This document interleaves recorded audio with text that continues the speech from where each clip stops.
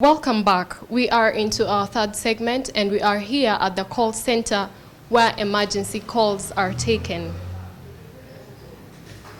When a call comes in, I'm going to take you through the process. Hello, Limia, what's the address? Hello, Limia, what's the address of your emergency? Nadia, tell me exactly what happened.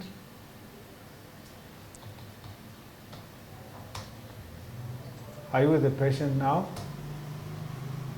How many people are hurt? How old is the patient?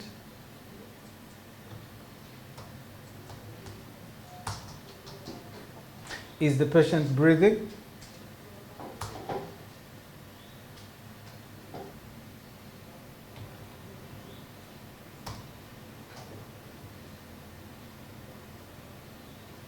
When did this happen? Okay, I'm sending paramedics to help you now. Stay on the line and I tell you exactly how to help you. How far did the patient fall?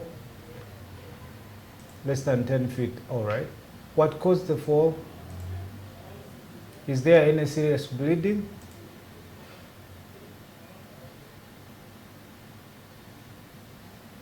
Yes, can you see a lot of blood oozing out from the patient? Do you have any special concerns? Okay, the patient is on blood thinner.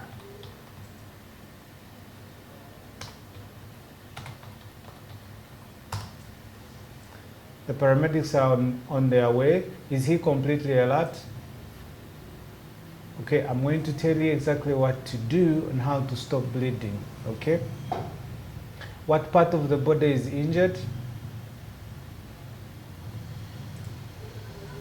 Okay, can you get a clean blanket, a clean towel? I want you to get a clean towel, lie the patient on the floor and get a clean towel, and I'm going to tell you exactly how to do it.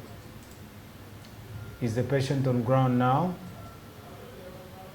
All right, the team is on its way. Do not move this patient. I say again, do not move this patient. Leave the patient where they are unless it is necessary to move them. All right, I'm going to tell you how to control bleeding. Get a clean or dry towel and tell me when you have it. Do you have it? Yes. Now place it right on the wound and press down firmly. Do not lift to look. Tell me exactly when you've done that. You've done it? Thank you. Without lifting the towel, tell me if the bleeding is under control. You're doing great. You're doing great. Okay, can you see the bleeding now? Do you see any blood oozing out? All right.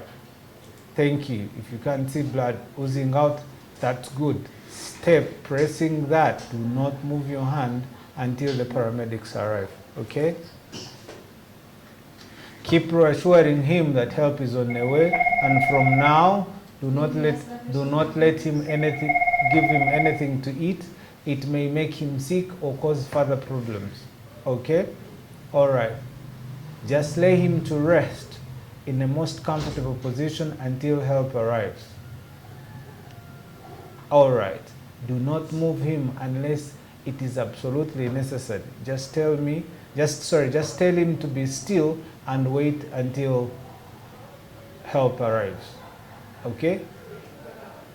Please keep pressing on the wound until help arrives. Do not remove yourself do not remove your hand and the towel off the wound. Okay? All right, you're doing perfectly well. Just call us in case anything changes, positive or negative. All right? Okay, thank you very much.